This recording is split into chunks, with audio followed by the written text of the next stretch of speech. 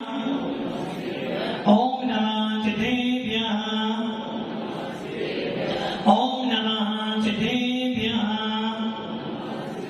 यदरिता भावेन प्रमुदितमनादरे दुर्यः छदाता सिद्धपरिगी गणगण समर्था सुखनिधि लभन्ते सत्पत्या शिवदुःखसमाजं किमुदगा महावीर स्वामी महावीर स्वामी महावीर स्वामी नयन पथिगामी भवतु मे दुर्वापतनानितं ज्ञान दर्शने नायिका चारित्रं गंभीरा मोक्षे पंचप्रवृत्ति भगवान की एक राधिनाथ भगवान की अंतिम सत्यपति भगवान महावीर स्वामी की आचार्य श्री कुंज भगवंत की आचार्य श्री विवाह सागर जी महाराज की आचार्य सुदेव सरस्वती सागर जी महाराज की तीन काम नौ करोड़ मुनि रथों की द्वाद सांजिनवनी माता की देवली परम पूज्य ध्यानयोगी दिव्य तपस्वी राज संताचार्य गुरुदेव श्री सुंदर सागर जी गुरुदेव की समस्त आचार्य संघ की जय करा गुरुदेव का भव्य आत्माओं अंतिम तीर्थेश भगवान महावीर जिनकी पावन छत्र छाया हम सबको मिली है पुण्यशाली जीव हैं जो हमको ऐसा शासन मिला है जिस शासन में कसाईयों को कम किया जाता है। हमें वो शासन मिला है जिस शासन में स्वयं भी जियो और सामने वाले को भी जीने का अवसर प्रदान करो। हमें वो शासन मिला है जिस शासन में सवेरे उठते ही जिस शासन में हमारा जन्म हुआ है उस शासन में सवेरे उठते ही सबसे पहले नमोकार मंत्र बोला जाता है और हमें वो वीतराग शासन मिला है कि आंख बंद करने से पहले भी नमोकार मंत्र पढ़ा जाता है। ऐसा वीतराग शासन आपको और हमको मिला है। सौभाग्यशाली जीव हो। ना जाने हमने पूर्व भव में ऐसा कौन सा पुण्य किया होगा कि आज हमको सच्चा धर्म मिला है। वरना पूरे विश्व के अंदर कहीं भी घूम लेना सच्चा धर्म मिल जाना बहुत बहुत बहुत कठिन है। हो सकता है इससे पहले हम लोग जैन हों, हो सकता है इससे पहले हम लोग देव हों और हो सकता है इससे पहले हम तिरयंची भी, किंतु आज इतना पुरुषार्थ करता है कि हम आज मौत से बनकर बैठे हैं। यदि कोई आपसे पूछ ले, नरेंद्र जी कोई आपसे पूछ ले आपका आवास स्थान कहां पर है, आपका संसार अवस्था में स्थायी स्थान कहां पर है, क्या उत्तर दोगे आप? वार्ड नंबर 20 में।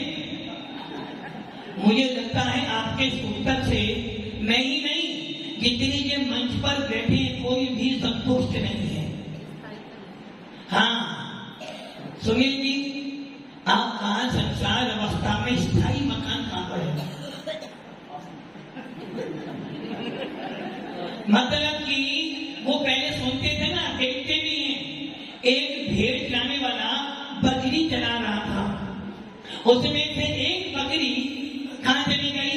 एक पेड़ के पास चली गई और पौधा की पत्तियां तोड़ तोड़ के खा रही थी। तो सारी पत्तियां कहां जाएगी? कहां जाएगी?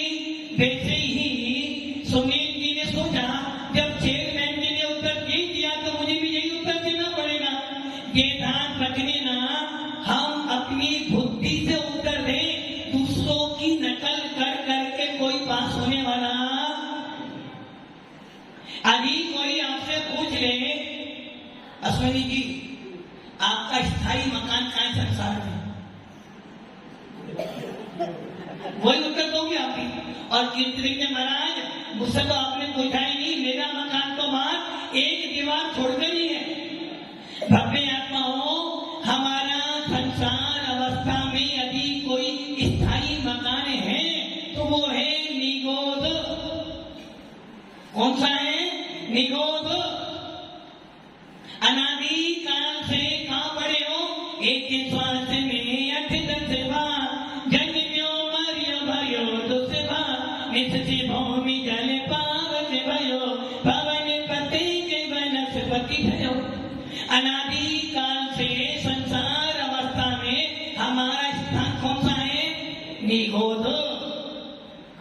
और ये ध्यान रख लेना, ये ध्यान रख लेना, बड़े पुरुषार्थ कर कर, बड़ी मेहनत कर कर, बड़े शुभ कर्मों का उदय आने पर, और पढ़ते ना, अति शुभ कर्मों के आने से संतों का समागम मिलता है। संतों की वाणी सुनने से दुख जन्म मरने का मिटता है। किसी शुभ कर्म का उदय आने से, किसी पुण्य कर्म का उदय आने से, कोई पुण्य प्रकृति उदय में आने से हमको मिली थी तरस पर्याय। क्या मिला था उषा जी? क्या मिला था? तरस पर्याय। राजू जी, आप स्थावर हो तरस हो? राजू जी पूछल में आया, राजू जी आप कौन हो? तरस हो स्थावर हो? स्थावर होने कहते हैं चलते फिरते हैं, तरस होने कहते हैं जो एक स्थान पर रहते हैं। आप कौन हो? स्थावर जो चलते फिरते हैं, तरस जो रहते हैं। आप कौन हो? तरस हो स्थावर हो? स्थावर देखो, तुमसे बड़ी स्थावर, तुम कैसे स्थावर नहीं हो सकते? अरे भैया, स्थावर उन्हें कहते हैं जो पृथ्वी जल अग्नि वायु वनस्पति एक इंद्रिय जीव, जो एक इंद्रिय जीव होते हैं उन्हें स्थावर कहते हैं। तो दो इंद्रिय, तीन इंद्रिय, चतुर्इंद्रिय, पंच इंद्रिय होते उन्हें तरस कहते हैं। अब कौन? दादाजी कौन? स्थावर या तरस? भव्य आत्माओं, आचार्य भगवंत त्रिलोक सार में या नेमी चंद आचार्य कर्म कांड जीव कांड में कहते हैं कि ये जीव अनादि काल से निगोद में पड़ा हुआ था। 2000 सागर के लिए उसको क्या मिली? तरस पर्याय। कितने सागर के लिए? 2000 सागर के लिए तरस पर्याय मिली।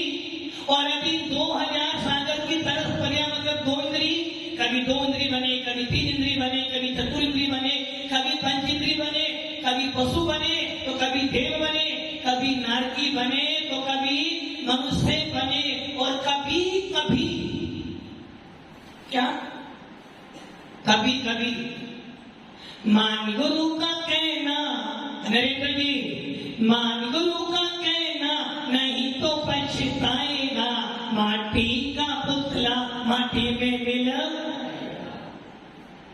बड़े पुण्य कर्म के उदय से कभी जैन कुल मिला, और जैन कुल मिला था कि 2000 सागर के लिए तरस पर्याय मिली थी। 2000 सागर से लिए निगोद से निकल कर आए थे, एक इंद्री छोड़कर दो इंद्री, तीन इंद्री, चतुर्इंद्री, पंच इंद्री पैदा हो गए। और जैन कुल मिल गया, जिस कुल के अंदर बचपन से क्या पाठ पढ़ाया जाता है, तो भगवान आत्मा है। कौन है? कौन है भगवान आत्मा? कौन भगवान आत्मा है? यहां पर भगवान आत्मा, सब भगवान आत्मा। और हम लोग भगवान आत्मा हो? बिहारी लाल जी भगवान आत्मा हो? पता ही नहीं महाराज, आप कहते तो मान लेते हैं कि हम भगवान आत्मा है। अरे भाई, जैन शासन का मूल सूत्र, कौन स्वामी का मूल सूत्र क्या है? अप्पा सो परमप्पा आत्मा परमात्मा है। इस आत्मा में परमात्मा बनने की सामर्थ्य है। जिस प्रकार दूध में घी में दूध है, सुनील जी, घी में दूध नहीं,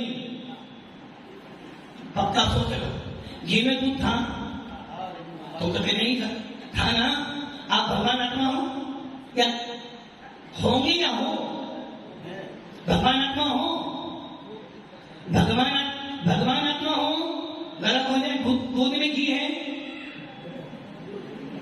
दूध में घी है या घी में दूध है? घी में दूध नहीं है। हाँ, आप भगवान आत्मा हो, भगवान आत्मा हो क्या? मैं भगवान आत्मा नहीं हूं, मेरे अंदर भगवान बनने की सामर्थ्य है। इसलिए कुन स्वामी का ये समझ लो, भगवान महावीर का सबसे पहला सूत्र यही है कि प्रत्येक संसारी जीव, एक इंद्रिय हो, पंच इंद्रिय हो, नारकी हो, देव हो, जैन हो, अजैन हो, बच्चा हो या बच्ची हो, यहां तक कि जो पानी कुएं के अंदर है, जो पानी कुएं के अंदर है, जो पानी तालाब के अंदर है, जो पानी सागर में है, जो पानी बादलों से मिलता है, ये सबके सब भी जीव हैं। और जो जीव हैं उसके अंदर आत्मा है, और जो आत्मा है उसमें परमात्मा बनने की सामर्थ्य है। तो आप लोग कौन हो? भगवान, भगवान या भगवान बनने की सामर्थ्य? दूध में घी है, सुनील जी, दूध में घी है, पक्का, फाइनल, पक्का ना? तो एक काम करना, आप घर जाना, मम्मी को बोला मम्मी दूध में पराठे बनाओ, बन जाएगा। आपने क्या बोला? आपको घर में जाकर मम्मी से बोला मम्मी आज दूध में पूरी बनानी है, बन जाएगी क्या? अभी आपने बोला दूध में घी है, जब दूध में घी है तो पूरी बनेगी। सामर्थ है तुम्हारे अंदर, भगवान आत्मा हो, सामर्थ है मेरे। इस प्रकार दूध में घी है, दूध से घी बन सकता, दूध में घी बनने की सामर्थ है। वैसे ही मेरे इस आत्मा के अंदर परमात्मा बनने की सामर्थ है। उसी प्रकार जैन शासन का एक ही शब्द कह रहा, भैया 2000 सागर के लिए, 2000 सागर के लिए जैन कुल मिला है, 2000 सागर के लिए मनुष्य भव मिला है। और दौलत राम जी बार बार अपनी पंक्ति कहते हैं। वकील साहब क्या कह रहे हैं दौलत राम जी? दौले समझे सुन चेते सियाने, काले बता मत खोवे। कुछ बात समझ में आ रही है? बोलो महाराज, जब तक यहाँ बैठे हैं तब तक आपकी सारी बात मानेंगे, और यहाँ जाने के बाद गारंटी, नरेंद्र जी गारंटी नहीं है, यहाँ की गारंटी तो है। जब तक आप बोलोगे हम सुनेंगे, लेकिन यहाँ जाने के बाद,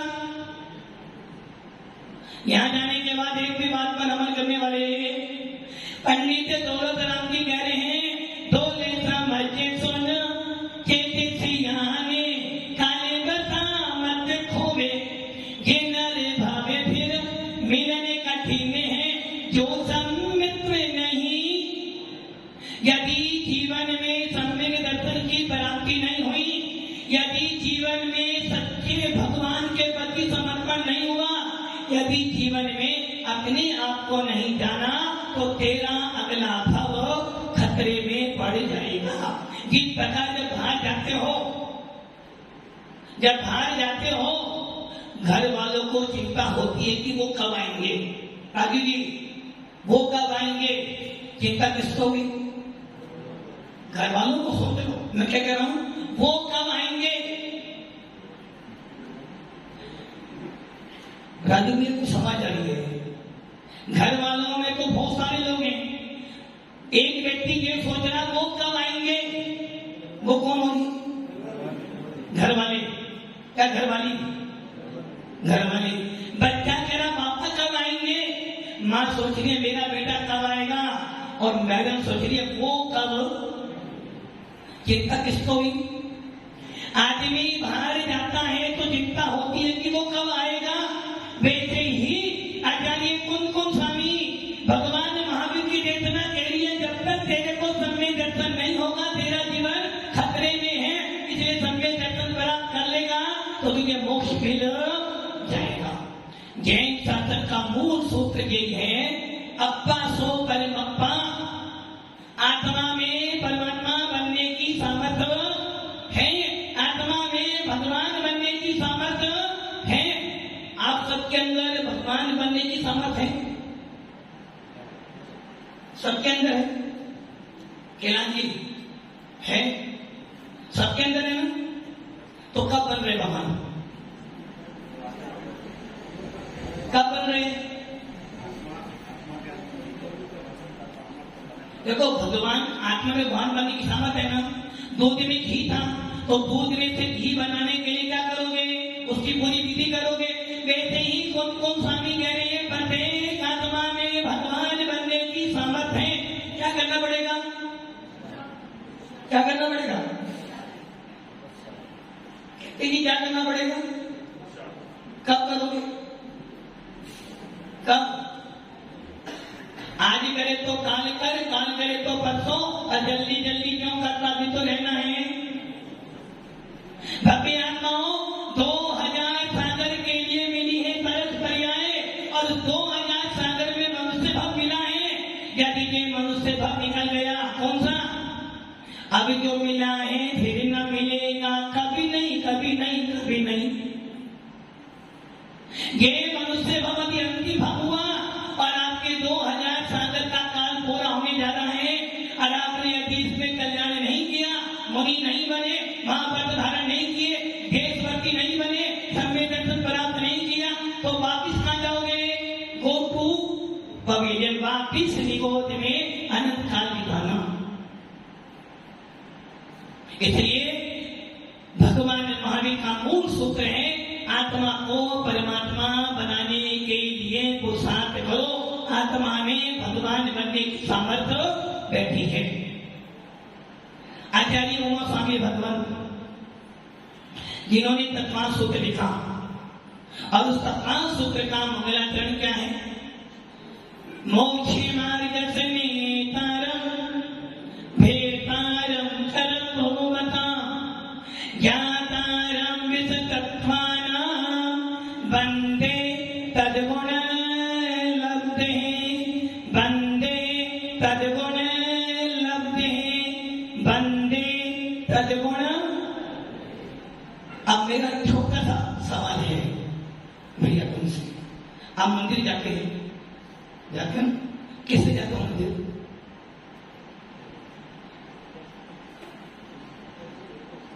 पापा ने बोला था, वो महाराज जी आए थे ना, वो नियम दे देते मंदिर जाना, तो मंदिर जाते। मंदिर क्यों जाते हो? किसके? भगवान। मंदिर में भगवान बैठा है, प्रकृति में भगवान। तो यदि वही प्रतिमा घर में आ जाए तो, प्रतिमा घर में आ जाए तो आप मंदिर क्यों जाते हो? सुनिएंगे, ऐसे प्रभु जी की शांति मुद्रा कौन मन जल से करो, साक्षात श्री अरिहंत का मानो नमन। मंदिर में नहीं, पूजा करी, अभिषेक किया, फल चढ़ाए, सारा समय बिता, किसी ने गए थे? आप किस लिए? आत्म कल्याण के लिए। तो फिर हम लोग को भी जाना चाहिए मंदिर। यदि मंदिर जाने से आत्मा का कल्याण होता है, तो इन सारे साधुओं को मंदिर में ही रहना चाहिए। एक शेर, भगवान महावीर का जीव जब शेर की बजाय में था, कभी मंदिर नहीं गया, किंतु मुनिराज को देखा अपने मन मंदिर में, मेरे मन मंदिर में आने बसो। तुम कहाँ गए थे? आदमी कौन के पास? कौन से मंदिर नहीं जाए? क्या कहता है? मंदिर गए आत्म कल्याण के लिए, तो मंदिर जाने से आत्म कल्याण हो जाएगा, तब साधु बनने से। जबकि आचार्य बन करें निर्गुण को मोक्ष मार्ग, जब तक तू साधु नहीं बनेगा, आत्मा का कल्याण होने वाला नहीं है। तो मंदिर क्यों गए थे? हमको महाराज कह रहे मेरे से, महाराज आप तो इंसानों की बात करते, छुए तो मंदिर में छोड़ो, मंदिर के भगवान की वेदी में चढ़ जाते हैं, उनका कल्याण पहले होना चाहिए। और वो मंदिर का मालिक तो दिन भर मंदिर में ही रहता है, उसका कल्याण पहले होना चाहिए। हाँ सुनिए, सवाल तो होता है। मंदिर क्यों जाना? पुण्य की प्राप्ति के लिए। अच्छा, आप देखो चोरी कर रहे हो, अब तो चोरी सरकार कहती है दूसरों की संपत्ति पे नजर डालोगे तो जेल हो जाएगी, और तुम क्या कर रहे हो? भगवान की संपत्ति हमें मिल जाए। देख दूसरों की वर्दी को,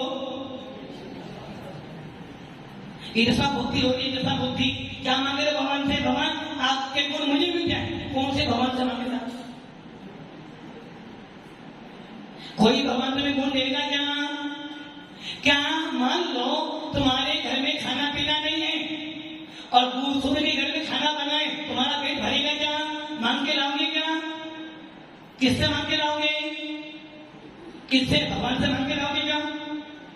अरे अपनी मेहनत करोगे ना। वैसे ही भगवान के पास क्यों जाना? सवाल तो उठता है ना। मैंने कल बोला था ना, इन 2 लाइनों में इस मंगलाचरण में कौन आचार्य उमा स्वामी भगवंत ने जो ये मंगलाचरण लिखा है, इस मंगलाचरण में सच्चे भगवान का स्वरूप लिखा है, और सच्चा भगवान कैसा होता है इसमें बताया है। आप मंदिर क्यों गए थे? भावों को निर्भर बनाने के लिए। भगवान ने हमें कभी मंदिर नहीं करे, फिर भी भाव अच्छे बन गए। और मंदिर जाने से भाव अच्छे बनते हैं, खराब भी होते हैं। बोल रहे थे, मैं बंदो जिन देव को कर अति निर्मल भाव। इतने में राजू जी आ गए, सुनील जी आए और कुछ बोल दिया सारे भाव। पूजा कर रहे थे चंद्रप्रभु की, इतने में कोई छू गया, सारे भाव। नामी तिहारा तारहारा कब तेरा दर्शन होगा, तेरी प्रतिमा इतनी सुंदर। देखो यहाँ भी तुम सामने वाले को ही देख रहे हो। जब तक सामने वाले को देखते रहोगे आत्मा में कुछ नहीं होने वाला। क्या बोल रहे हो? नाम तिहारा तारनहारा कब तेरा दर्शन होगा, तेरी प्रतिमा इतनी सुंदर। आगे तू मतलब सामने वाले को देखोगे परिणाम खराब हो जाएंगे। और सरकार कहेगी वे तुमने चोरी की है। क्या बोलना? नाम तिहारा तारनहारा कब तेरा दर्शन होगा, तेरी प्रतिमा इतनी सुंदर, मैं कितना सुंदर होगा। जब भगवान की प्रतिमा, पाषाण की प्रतिमा इतनी सुंदर है, मैं कौन हूं? कौन? चेतन आत्मा। कौन हूं मैं? चेतन आत्मा। मेरे अंदर परमात्मा बनने की सामर्थ्य है, तो मैं कौन हूं? चेतन। भगवान कहते हैं नकली। क्या हुआ? हाँ भैया, भगवान कहते हैं असली नकली?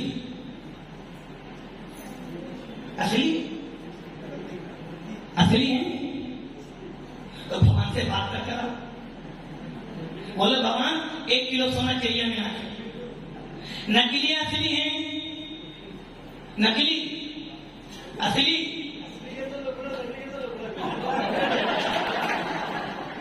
भगवान असली है नकली है? असली बताओ। चेयरमैन की असली नकली है? चेयरमैन असली है? नरेंद्र की असली है? नरेंद्र की असली, चेयरमैन की? चेयरमैन भी नकली है, नरेंद्र भी नकली है, आत्मा असली है। अब बताओ भगवान नकली असली है? जो केसों फंसे, जो ताला जो कुंडी खोले वही। अरे भाई भगवान पाषाण का है। भगवान को मैं जयपुर से लाया था। कहां से लाया था? भगवान लाए थे जयपुर से। पंकज जी भगवान कहां से लाए थे? जयपुर से। जयपुर से? अरे भगवान नहीं लाए थे, मूर्ति लाए थे। भगवान किसने बनाया? आपने बनाया? किसने बनाया भगवान? भगवान किसने बनाया? आपने? गुरु ने? अरे भैया जयपुर से पाषाण लाए थे, किंतु जब तक किसी निर्गम साधु का हाथ ना जाए तब तक पाषाण भी भगवान नहीं बनता। तो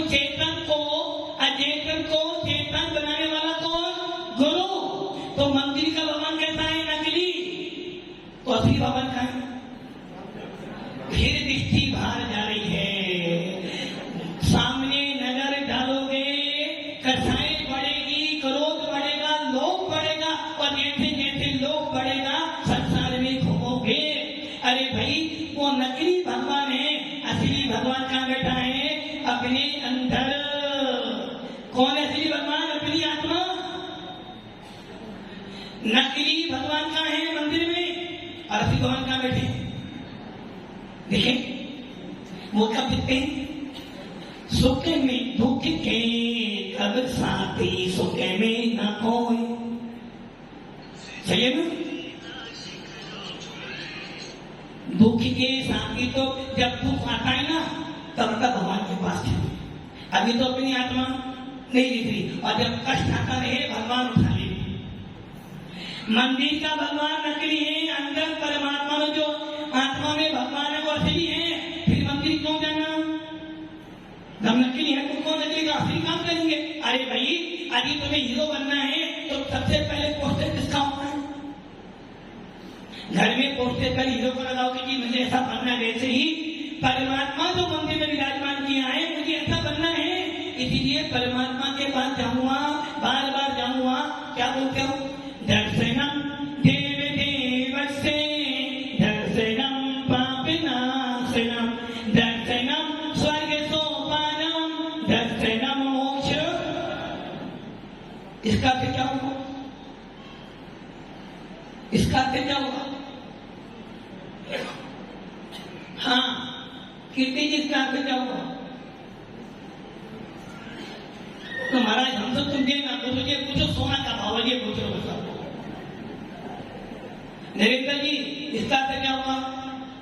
देखो महाराज, धर्म कर्म तुम्हारे हाथ में, राजनीति हमारे हाथ में। इसका अर्थ सीधा सीधा क्या है? दर्शनम देव देवस्य, भगवान के दर्शन करने से पापों का क्षय होता है, भगवान के दर्शन करने से स्वर्ग मोक्ष की प्राप्ति होती है। तो आता है ना? कौन से भगवान के? मंदिर वाले। अरे भाई, मंदिर के भगवान को देखने से कुछ नहीं होगा। मंदिर के भगवान को देखकर एक बार अंदर में झांको, एक बार अपनी आत्मा में झांकने का प्रयास करो। मंदिर का भगवान देखो और मंदिर के भगवान को देखकर ये चिंतन करो, ऐसा ही परमात्मा इस आत्मा के अंदर विराजमान है। आचार्य कुंद स्वामी प्रवचन सार में कहते हैं, जो जीव, जो भव्य जीव भगवान की प्रतिमा को देखकर, उनके दर्द कोने पर्याय को देखकर अपनी आत्मा को देखने का प्रयास करता है, उसको सम्यक दर्शन की प्राप्ति होती है। तो असली भगवान कहाँ है? कब से? अभी से। और नकली परमात्मा कहां पर है? मंदिर में। वो हमारा प्रतिबिंब है, उसको देखकर अंदर के परमात्मा की याद आए। तो मंदिर क्यों जाते हैं? अभी मैंने श्लोक बोला था ना, वंदे सद्गुण। किनकी वंदना करने गए? भगवान की, गुणों की। अरे नहीं, हे भगवान, तुम्हारे गुण तुम्हारे पास, हमें तुम्हारे गुण नहीं चाहिए। पड़ोसी के घर में खाना बना है बढ़िया, मेरा पेट भरने वाला। जब तक मेरे घर में खाना नहीं बनेगा मेरा पेट भरने वाला, इसी प्रकार भगवंत आपके गुण आपके पास। मैं जैन हूं और हमारे शास्त्रों में लिखा है, उपदेश दिया है, किसी की संपत्ति पे नजर डालने वाला क्या करे? मुंह खाना। सही है ना? दूसरों की गाड़ी पे होता ना, बुरी नजर डालने वाले का मुंह आप क्या कर रहे हो? भगवान आपके गुण मुझे मिल जाए, फालतू बैठे भगवान करेंगे। क्या बोलना भगवान से? भगवान तुम्हारे गुण कौन से हैं? अनंत ज्ञान, अनंत दर्शन, अनंत सुख, अनंत वीर्य। मैं कौन हूं? दूध पवन जी के पास भी है और दूध राजू के पास भी है। घी किसमें? दोनों में। किंतु पवन जी ने मलय निकाल दी है, कम जीवन निकलेगा।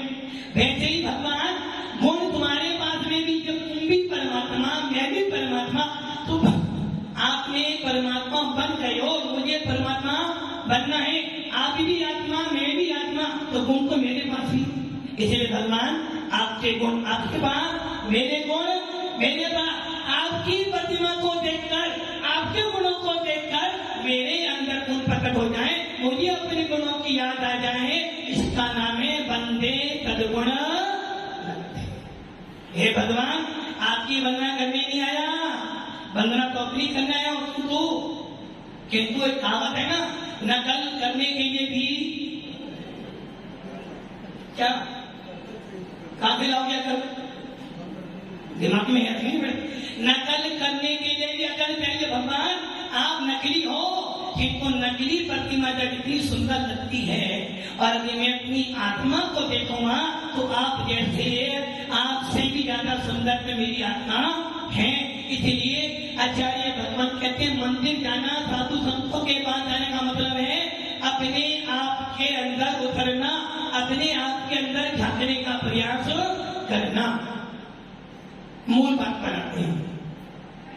अब कौन हो गए परमात्मा का है अपने अंदर, तो मंदिर में तो जाना तो पड़ेगा ना मंदिर, उनको देखकर अपने आप की याद करने। अब मूल बात आ रही है, ये मंगलाचरण, जब भी कोई आचार्य, जब भी कोई साधु शास्त्र लिखता है, सबसे पहले 6 बातों का ध्यान रखता है। जब भी कोई व्यक्ति श्रावक हो, दुकान खोलता है, सबसे पहले क्या करता है? नई नई दुकान है, सबसे पहले क्या करोगे?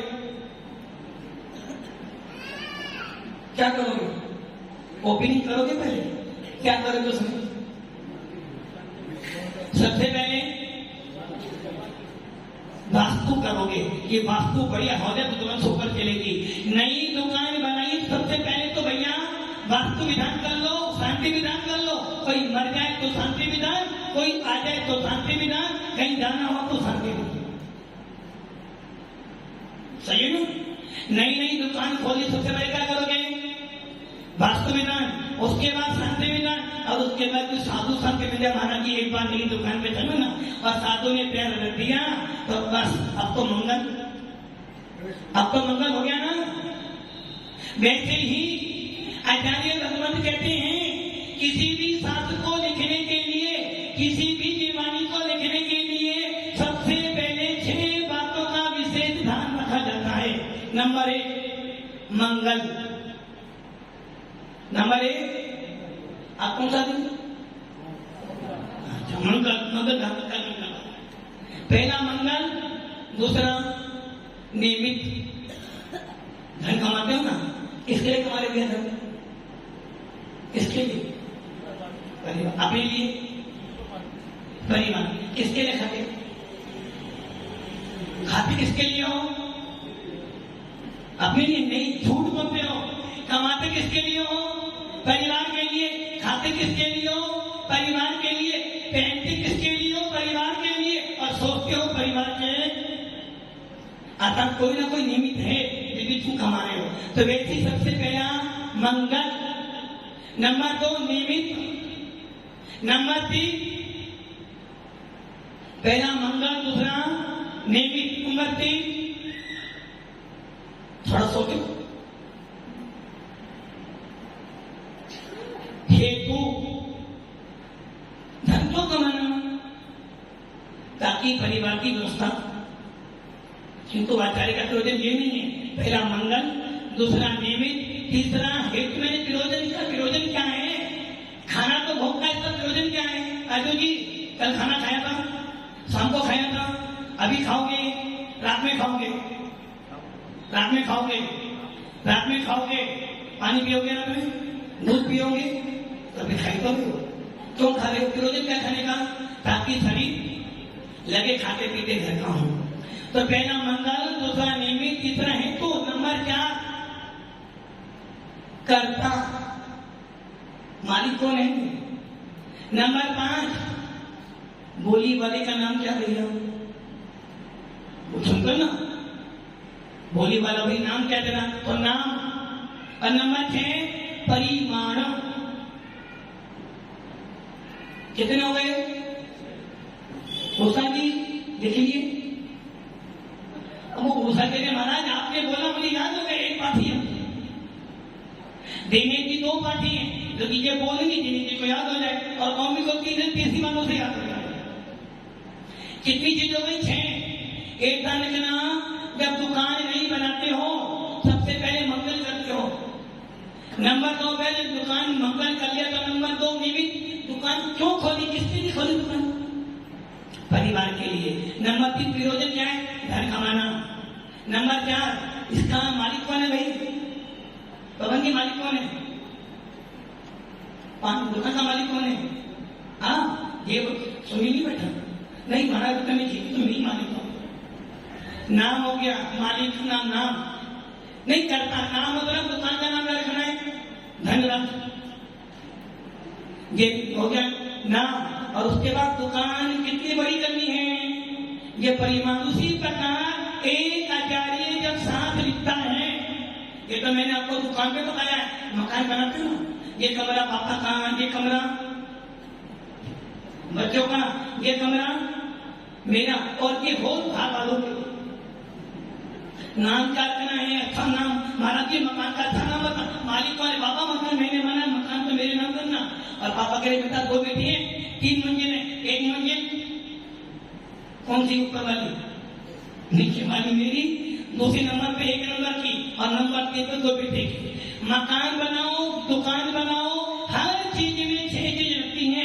वैसे ही आचार्य भगवान कह रहे हैं, जब भी कोई साथ लिखोगे सबसे पहले मंगलाचरण। अर्थात जब तक भगवान को याद नहीं करोगे आपका साथ लिखना पूरा होने वाला। भगवान के नाम लेने से ये विश्वास होता है कि आपको कोई विघ्न बाधा आने वाली नहीं। इसलिए सबसे पहले आचार्य मंगलाचरण करते हैं। नंबर 2 निमित्त। जब भी कोई काम होगा, अच्छा आप सब यहाँ पे क्यों आए? आप सब यहाँ पे क्यों आए? क्यों आए? किसने बुलाया आपको? किसने बुलाया? आप किसके निमित्त यहाँ पर? अरे साधु संत हैं तो आप यहाँ बैठे हो, और साधु संत ना होते तो ताला तो निमित्त कौन हुआ? वैसे ही साथ लिखने में कोई ना कोई भव्य जीव निमित्त होता है।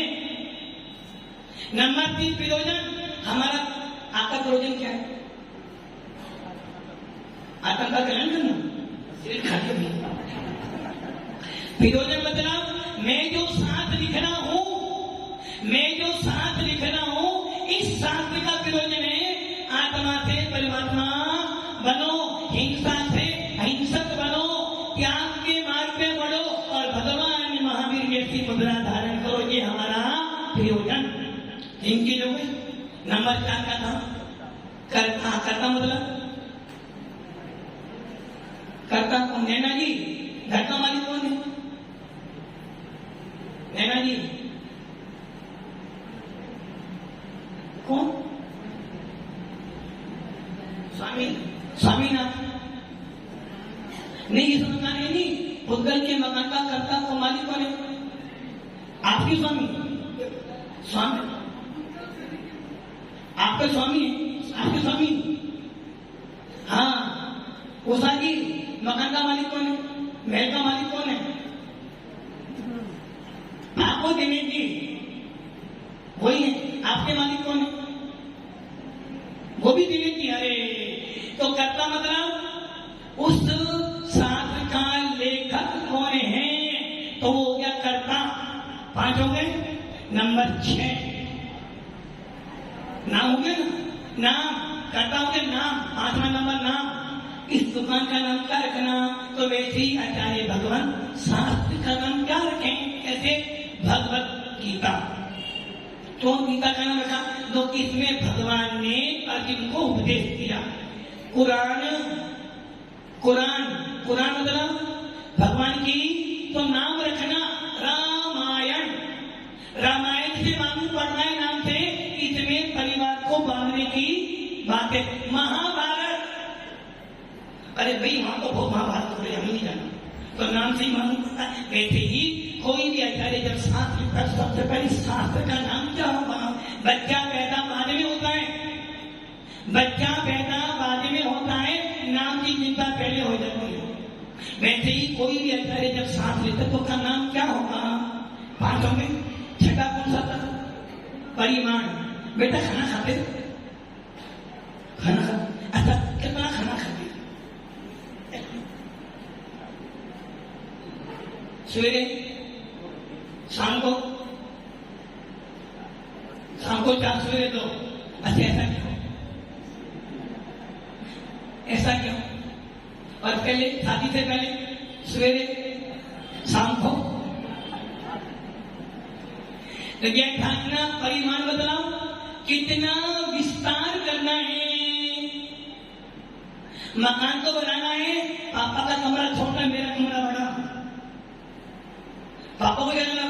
2 ही तो है, हम तो 4 हैं, और हो तो और बड़ा बनाना है। परिमाण बदलाओ, कितना बड़ा साथ लिखना है, कितने श्लोक लिखने हैं, उसकी संख्या, इसके 6 चीजों में ना।